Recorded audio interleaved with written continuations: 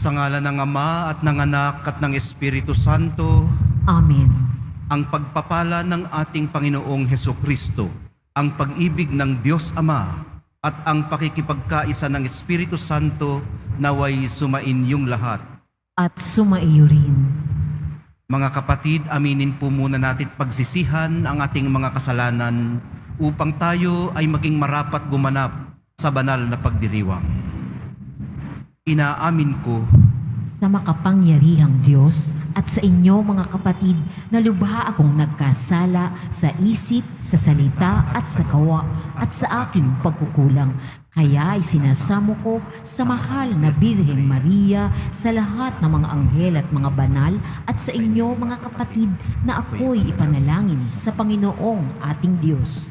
kaawaan tayo ng makapangyarihang Diyos, patawarin sa ating mga kasalanan at patnubayan sa buhay na walang hanggan. Amen. Panginoon, kaawaan mo kami. Panginoon, kaawaan mo kami. Kristo, kaawaan mo kami. Kristo, kaawaan mo kami. Panginoon, kaawaan mo kami. Panginoon, kaawaan mo kami. Manalangin tayo. Ama naming makapangyarihan, Ikaw ang lumikha at tagapamahala ng tanang umiiral. Tunghayan mo kami upang ang iyong awa ay aming maranasan at ipagkaloob mong ikaw ay aming wagas na mapaglingkuran sa pamamagitan ni Hesukristo kasama ng Espiritu Santo magpasawalang hanggan. Amen. Magsiupo muna po ang lahat. Pagbasa mula sa unang sulat ni Apostol San Pablo kay Timoteo. Pinakamamahal, totoo ang kasabihang ito. Ang nagnanais na maging tagapangasiwa sa simbahan ay naghahangad na mabuting gawain. Kaya kailangan wala siyang kapintasan. Isa lamang ang asawa, marunong magpigil sa sarili, maingat, kagalang-galang, bukas ang tahanan at mabuting tagapagturo. Kailangan ding siya'y hindi mahilig sa alak, hindi mapusok, kundi mahinahon, at maibigin sa kapayapaan, hindi gahaman sa salapi. Kailangan siya'y mahusay mamahala sa sariling sambahayan, iginagalang at sinusunod ng kanyang mga anak.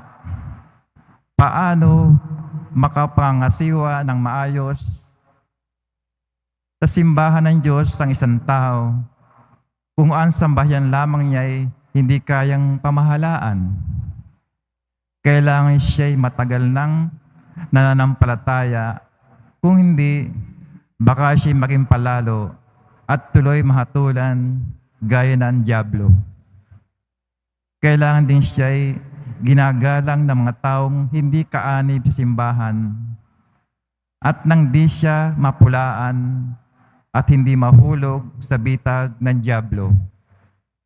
Kailangan namang ang mga magiging tagapaglingkod sa simbahan ay marangal, tapat mangusap, hindi sugapa sa alak at hindi sakim. Kailangan siya'y tapat sa pananampalataya na ating ipahayag at walang dapat ikahiya. Kailangan subukan muna sila at makitang marapat bago gawing tagapaglingkod.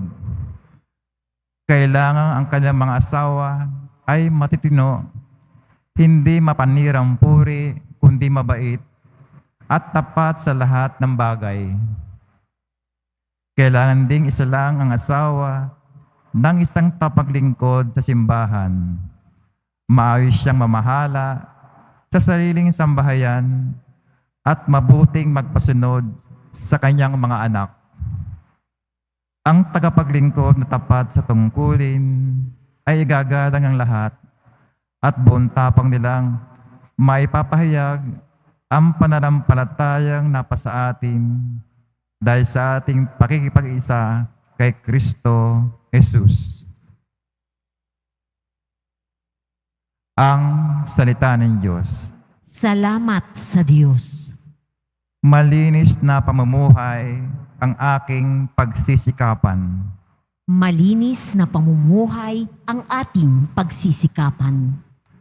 Ang aking awitin ay ang pagtatapat at ang katarungan. Ako'y umaawit patungkol sa iyo, o poon kong mahal. Ang aking susunding tumpak na ugali walang kapintasan. Kailan ka kaya darating sa aking ako'y lalapitan?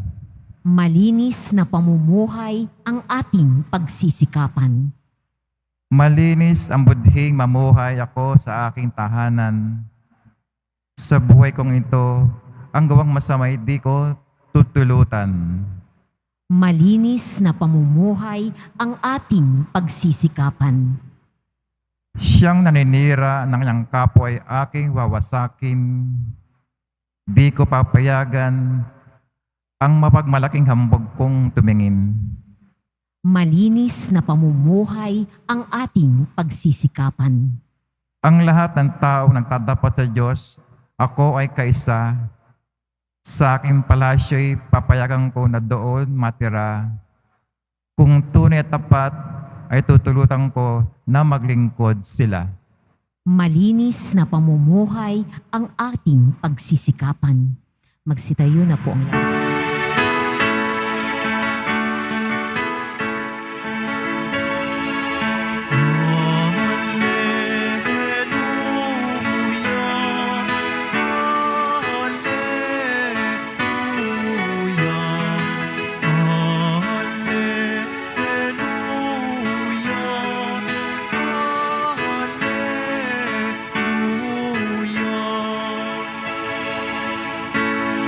Narito at dumating na isang dakilang propeta.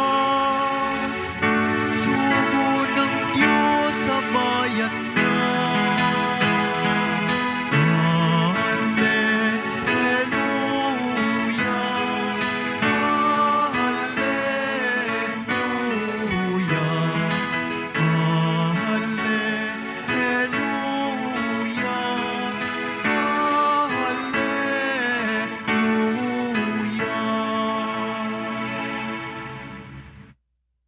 Sumainyo ang Panginoon. At sumaiyo rin. Ang mabuting balita ng Panginoon ayon kay San Lucas. Papuri sa iyo, Panginoon. Noong panahong yun, pumunta si Jesus sa isang bayang tinatawag na Nain.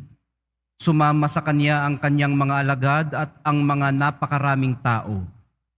Nang malapit na siya sa pintuan ng bayan, nasalubong niya ang libing ng kaisa-isang anak na lalaki ng isang babaeng balo. Marami ang nakikipaglibing. Nahabag ang Panginoon nang makita ang ina ng namatay at sinabi sa kanya, "Huwag kang tumangis." Lumapit siya at hinipo ang kinalalagyan ng patay at tumigil naman ang mga may dala niyon. Sinabi niya, "Binata, bumangon ka." Naupo ito at nagsalita, at siya'y ibinigay ni Jesus sa kanyang ina. Sinidlan ng takot ang lahat at sila'y nagpuri sa Diyos. Sabi nila, "Dumating sa atin ang isang dakilang propeta. Nilingap ng Diyos ang kanyang bayan."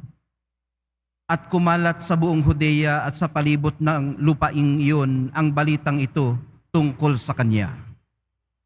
Ang mabuting balita ng Panginoon. Pinupuri ka namin, Panginoong Hesukristo. Magsiupo muna po ang lahat. Gusto ko lang munang i-share yung mga nakaantig sa aking kalooban habang binabasa ang Ebanghelyo at habang nakikinig naman sa unang pagbasa.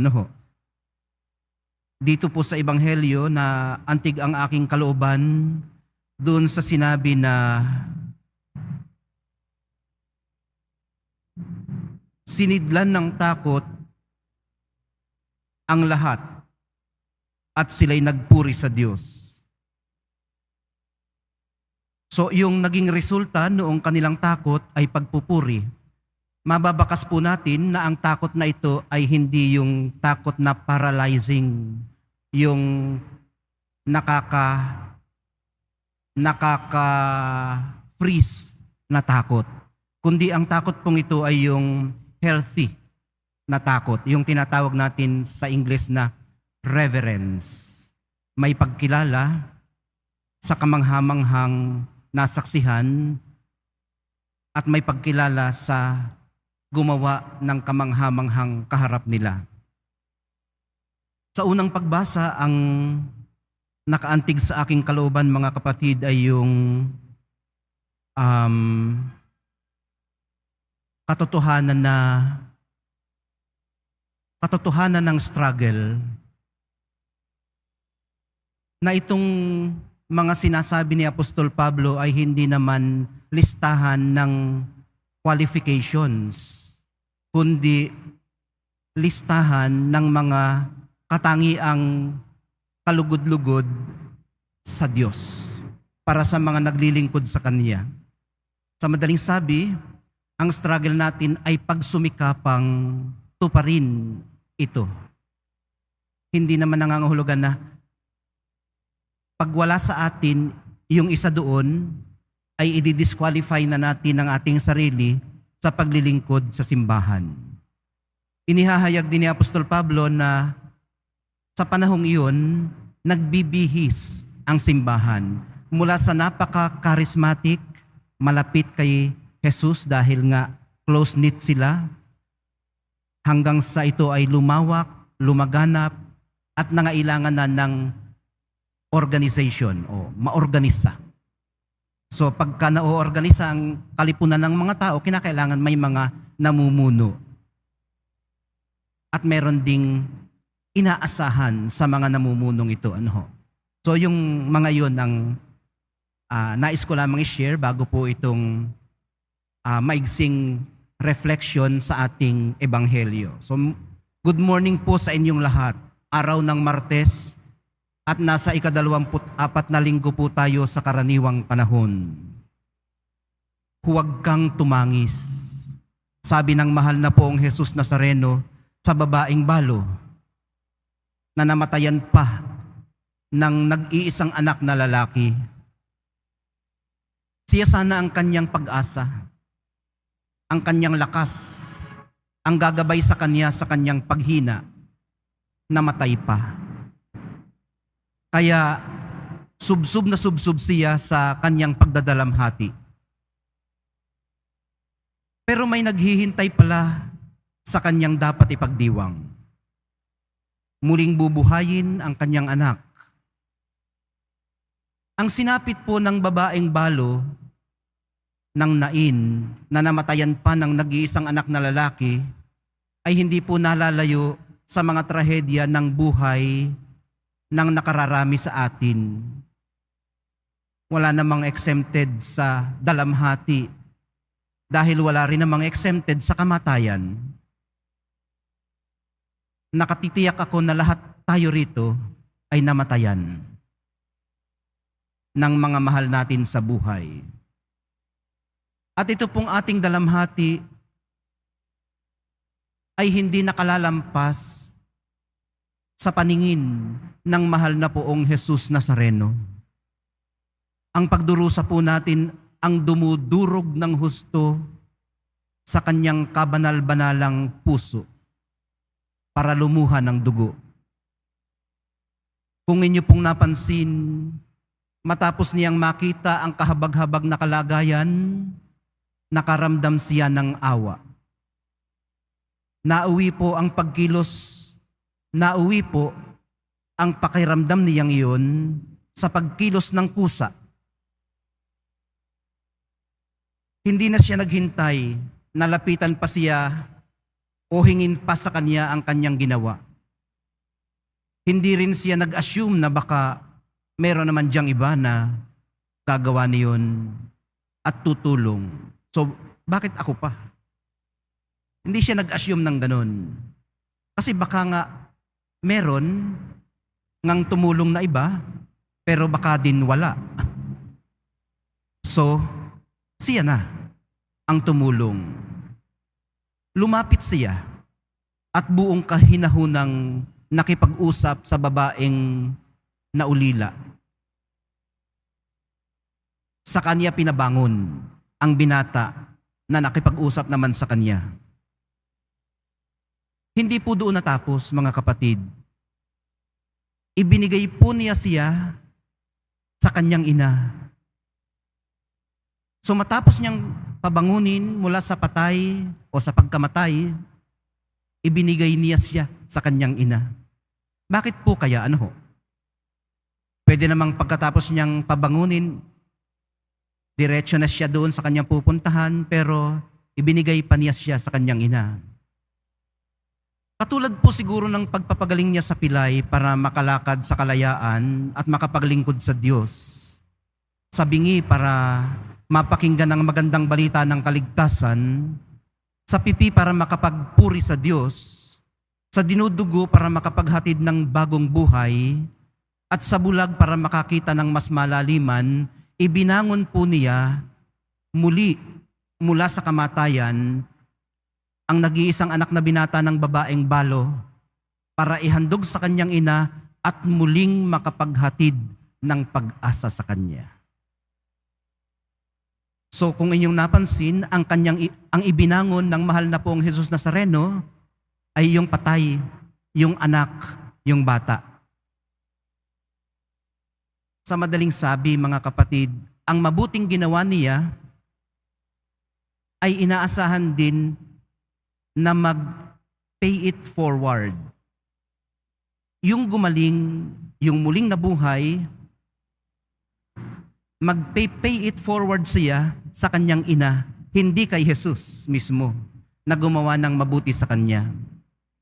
So, mayroong misyon na kasunod ang paggaling. Para po kasi kay San Lucas, na isang doktor o maaari pangang masabi na isang clinician, ang habag pong naramdaman ni Jesus marahil ay yung nabanggit na natin noong una pa, noong isang taon, na nasa gut level, nasa sikmura. Sa ganito pong paraan, isinasalarawan ni San Lucas ang harapang encounter ni Jesus sa human suffering.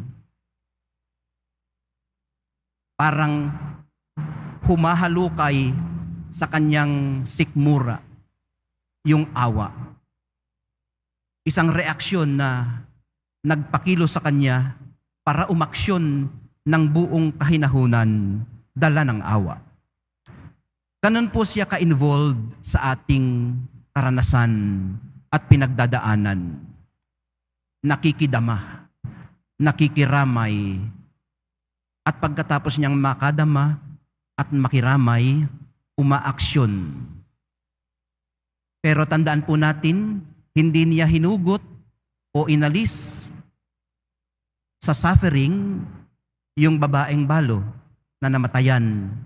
Dinamayan niya, sinamahan niya, maaari pangang nakitangis siya katulad ng ginawa niya doon kina Maria at Marta sa case naman ni Lazaro. At sa kaniya, ibinigay yung nararapat. Ito po ay matibay na nagpapatunay sa pagkakatawang tao ni Jesus. Alin po ang tinutukoy natin na matibay na nagpapatunay sa pagkakatawang tao ni Jesus? Yun pong pagiging involved niya sa atin, sa ating pinagdaraanan, sa ating nararanasan, kasiyahan man po ito o pagdurusa. Tayo man bilang katawan ni Kristo ay tinatawag din po na maging involved sa mga affairs ng iba. Suffering man ito o pagdiriwang. Kaibigan man sila o estranghero. Nangangahulugan po ito ng pagbubukas natin ng ating mga kalooban para sa empathy.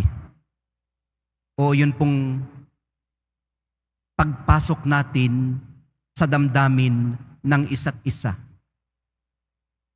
Ito po ang kaibahan naman ng sympathy, ng empathy sa sympathy. Yung sympathy, nakikidama ka. Kung umiiyak siya, maaring umiyak ka din. Yun namang empathy, naiintindihan mo yung kanyang nararamdaman.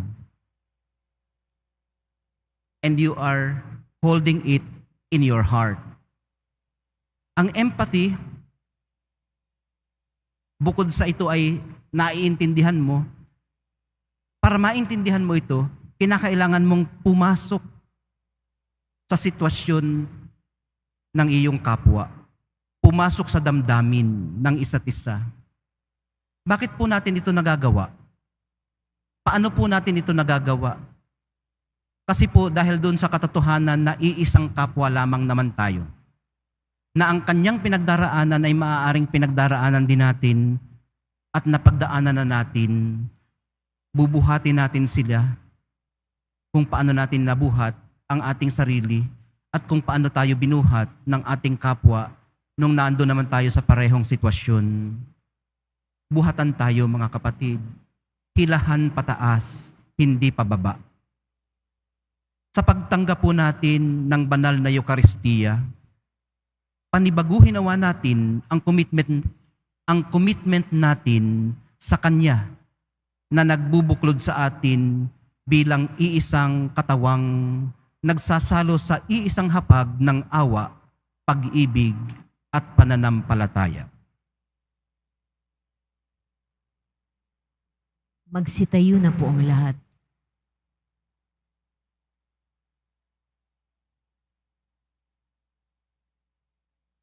Minamahal kong mga kapatid, gumawa ng mga himala si Jesus upang ipakita ang kanyang banal na habag at kapangyarihan, pati na rin ang wagas na pagmamahal ng Ama.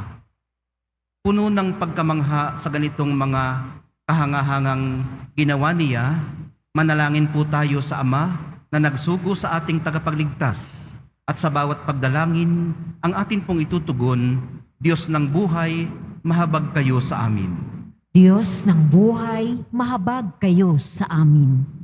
Sa pamamagitan ng paggabay at tulong ng mga pastol ng simbahan, naway maipakita ang pag-ibig at kalinga ng Diyos sa sambayanan.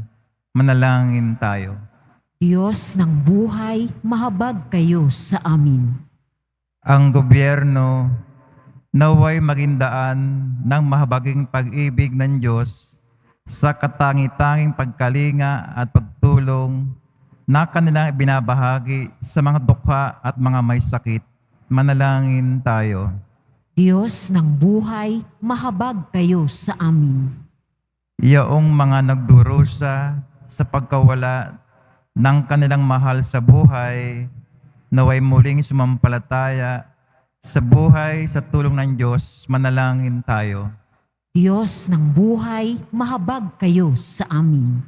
Ang mga may sakit, katulad ng anak ng balo, naway makadama ng mapagpagaling na kamay ni Jesus. Manalangin tayo. Diyos ng buhay, mahabag kayo sa amin. Ang mga tapat na yumao, naway muling ibangon sa kaganapan ng buhay sa presensya ng Diyos. Manalangin tayo. Diyos ng buhay, mahabag kayo sa amin. Ama naming Diyos, gabayan mo kami upang aming mahipo ang mga may pusong wasak at matulungan silang madama ang iyong anak na dumito sa amin. Inihiling po namin ito sa ngalan ni Kristong aming Panginoon. Amen. Magsiupo muna po ang lahat. Ito'y bunga ng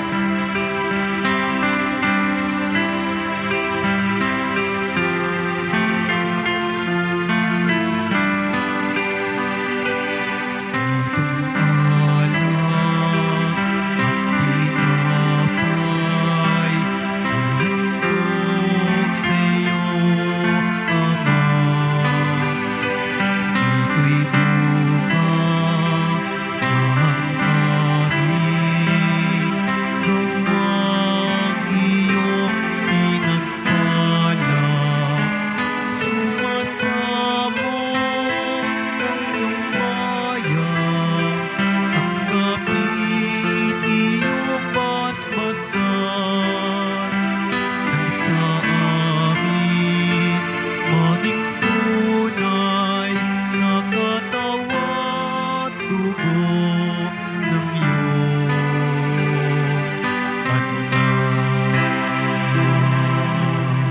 Magsitayo na po ang lahat.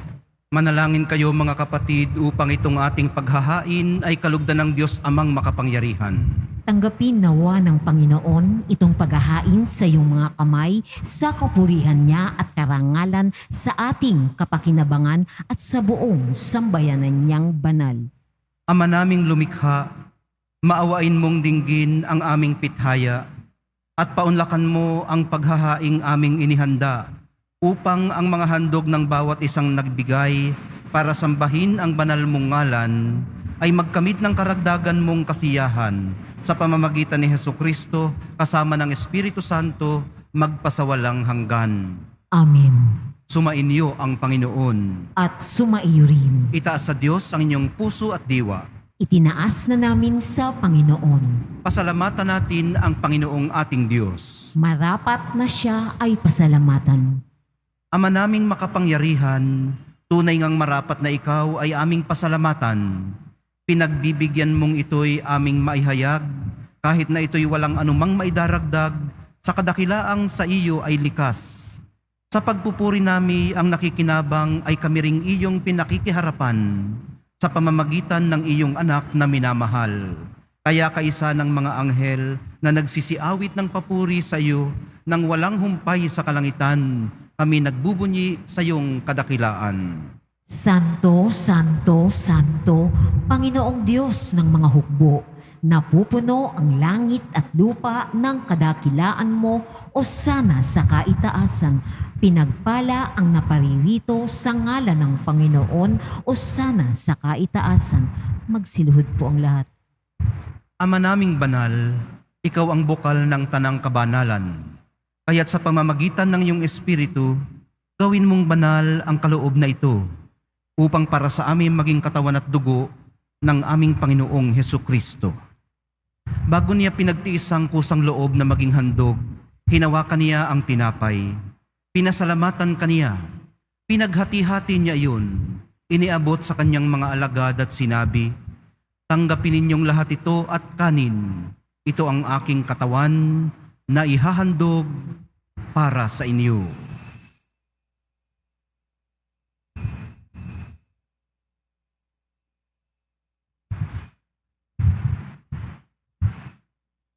Gayon din naman noong matapos ang hapunan, hinawakan niya ang kalis. Muli kanyang pinasalamatan. Iniabot niya ang kalis sa kanyang mga alagad at sinabi, "Tanggapin ninyong lahat ito at inumin. Ito ang kalis ng aking dugo, ng bago at walang hanggang tipan, ang aking dugo na ibubuhos para sa inyo at para sa lahat. Sa ikapagpapatawad ng mga kasalanan, gawin ninyo ito sa pag-alaala sa akin."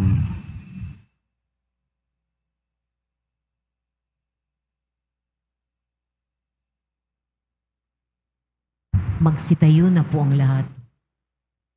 Ipagbunyi natin ang misteryo ng pananampalataya. Si Kristo'y namatay, si Kristo'y nabuhay, si Kristo'y babalik sa wakas ng panahon. Ama, ginagawa namin ngayon ang pag-alala sa pagkamatay at muling pagkabuhay ng iyong anak. Kaya't iniaalay namin sa iyo ang tinapay na nagbibigay buhay at ang kalis na nagkakaloob ng kaligtasan. Kami nagpapasalamat dahil kami iyong minarapat na tumayo sa harap mo para maglingkod sa iyo. Isinasamo namin kaming magsasalo-salo sa katawan at dugo ni Kristo ay mabuklod sa pagkakaisa sa pamamagitan ng Espiritu Santo. Ama, lingapin mo ang iyong simbahang laganap sa buong daigdig. Puspusin mo kami sa pag-ibig.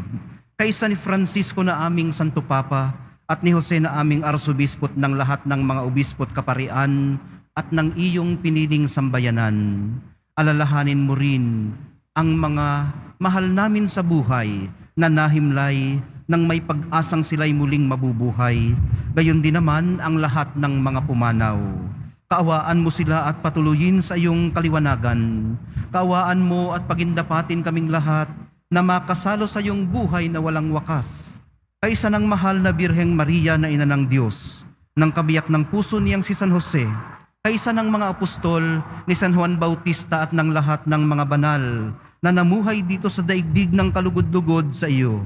Maipagdiwang nawa namin ang pagpupuri sa ikararangal mo sa pamamagitan ng iyong anak na aming Panginoong Hesukristo. Sa pamamagitan ni Kristo, kasama niya at sa Kanya, ang lahat ng parangal at papuri ay sa iyo, Diyos Amang makapangyarihan, kasama ng Espiritu Santo, magpasawalang hanggan. Amen. Amen.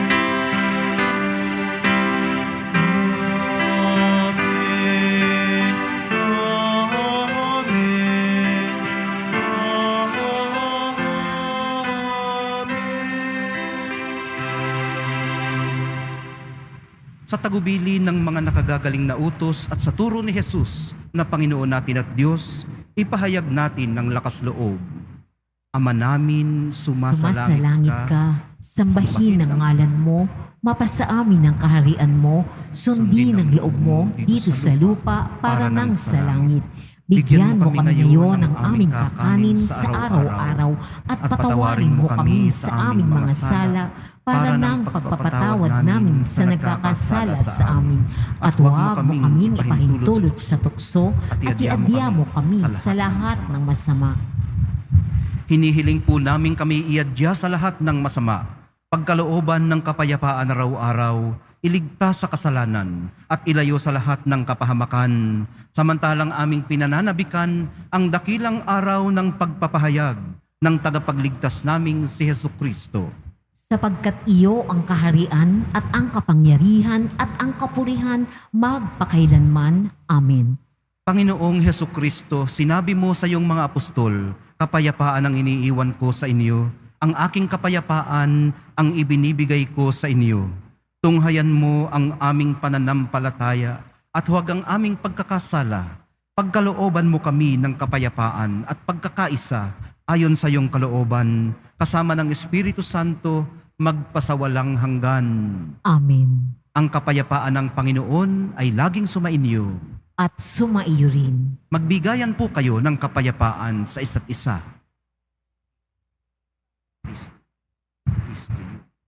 Kordero ng Diyos na nag-aalis ng mga kasalanan ng sanlibutan, maawa ka sa amin. Kordero ng Diyos na nag-aalis ng mga kasalanan ng sanlibutan, maawa ka sa amin.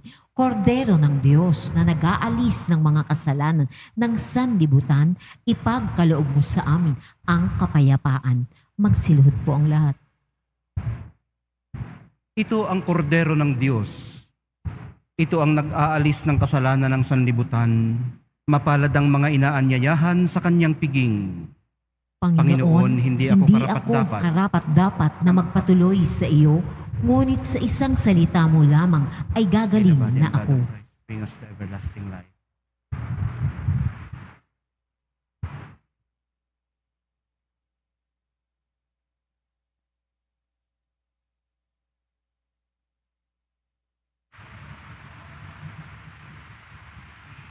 Para sa lahat ng tatanggap ng banal na komunyon, sasagot po tayo ng amen pagkasabi ng pari o lay minister ng katawan ni Kristo at isubo agad sa bibig bago umalis sa harapan ng pari o lay minister. Sumunod po tayo. Maraming salamat po.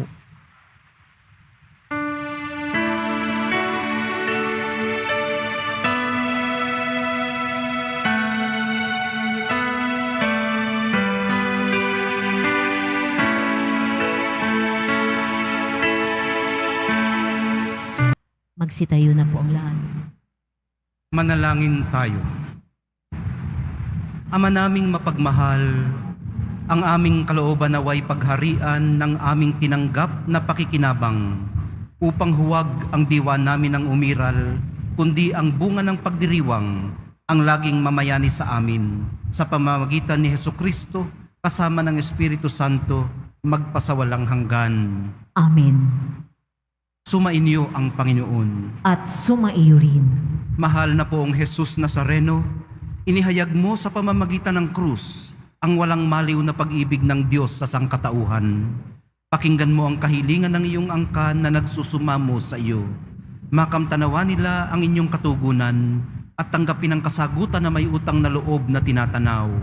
Basbasan din po niyo't pagpalain ang kanilang mga pinasasalamatan, idinadalangin at pinagsusumikapan sa araw-araw, pati na ang daladala nilang mga imahen at dasalan.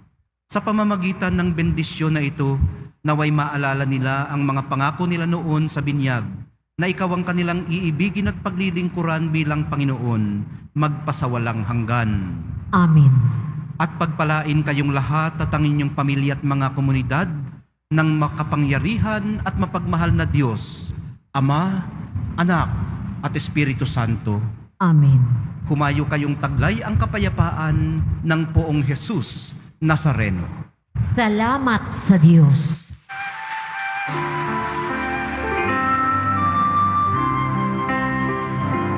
Nuestro Padre Jesus Nazareno, sinasamba ka namin,